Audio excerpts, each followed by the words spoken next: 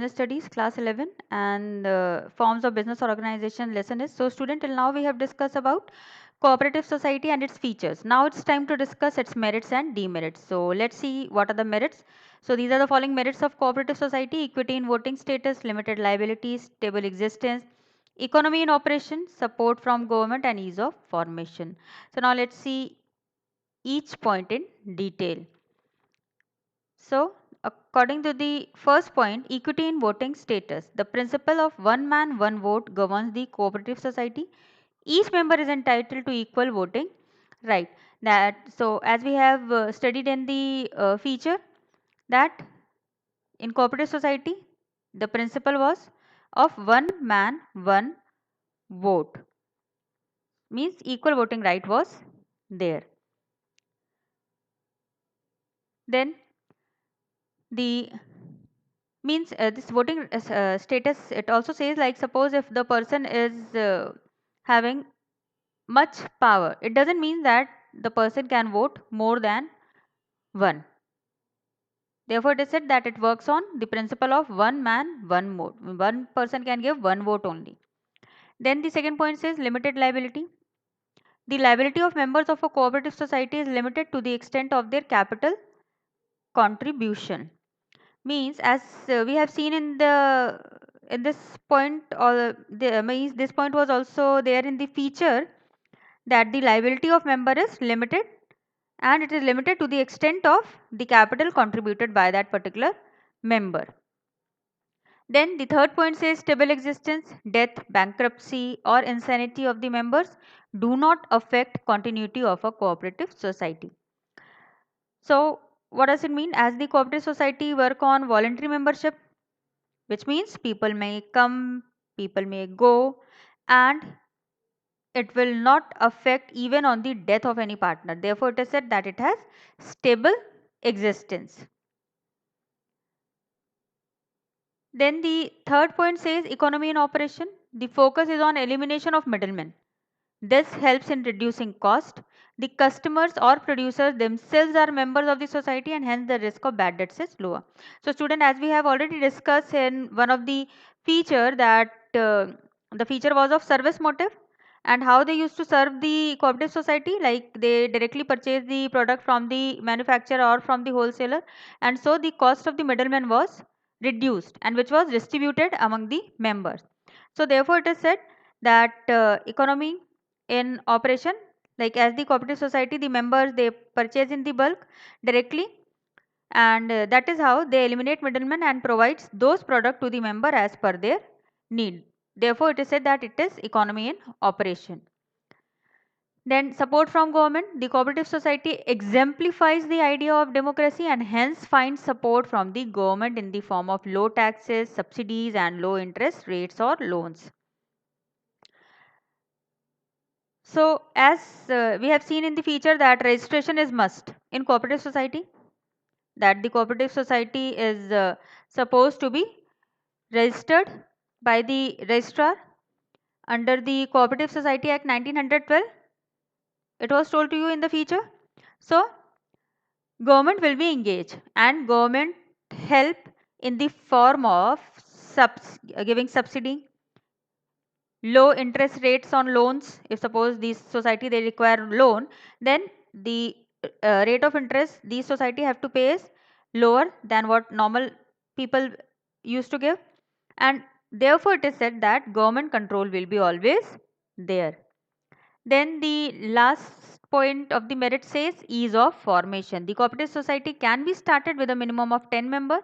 The registration procedure is simple, involving a few legal formalities.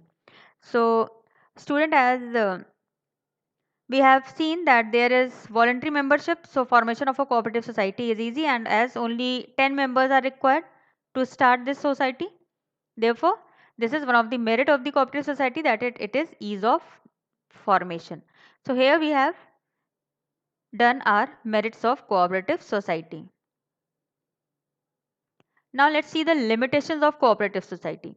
So what are the limitations? They are as follows: limited resources, inefficiency in management, lack of secrecy, government control, differences of opinion.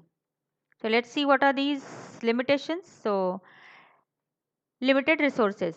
Resources of a cooperative society consist of capital contribution of the members with limited means. Why? Because only member of the society they are there for the collection of the resources, and minimum 10 members are required, so these resources are very limited. Then inefficiency in management. Cooperative societies are unable to attract and employ expert managers because of their inability to pay them high salary.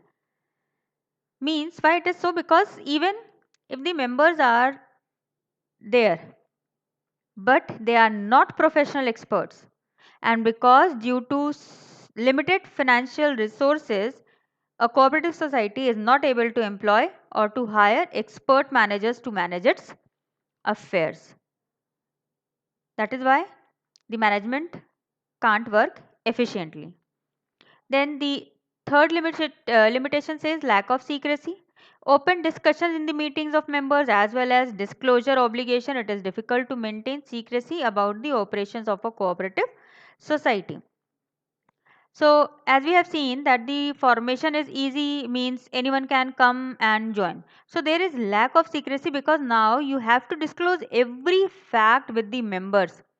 Apart from this, that they are trustworthy or not, because as they are member and one has to discuss everything in front of the member, one can't hide anything. Therefore it is said that lack of secrecy is here. Then government control. Interference in the functioning of the cooperative organization through the control exercised by the state cooperative department negatively affects its freedom of operation. Means as we have seen, one of the merit that government gives support to these cooperative society.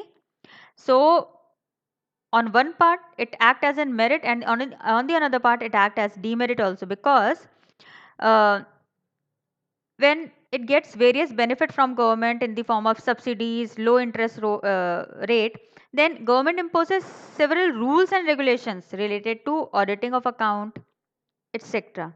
And because of these regulation, it reduces the flexibility of operation of such societies.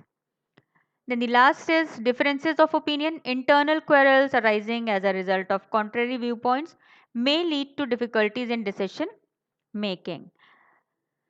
So means why there is differences in opinion? Because if there are 10 members in cooperative society, minimum 10 are required. Suppose there is one cooperative society with 10 members only, so all the members are of different mindset because no two are of the same mind, and maybe on one point of decision one member may agree and others not, so differences of opinion will always be there. So student, these were the limitations or the demerits of cooperative society. So here I end up with this cooperative society, its merits and demerits, and I hope I made it clear to you all. So student, please do like, subscribe and share the video, and in case you have already subscribed the video, please go on watching the video, and in case of any question you can ask through comment box. Thank you and take care.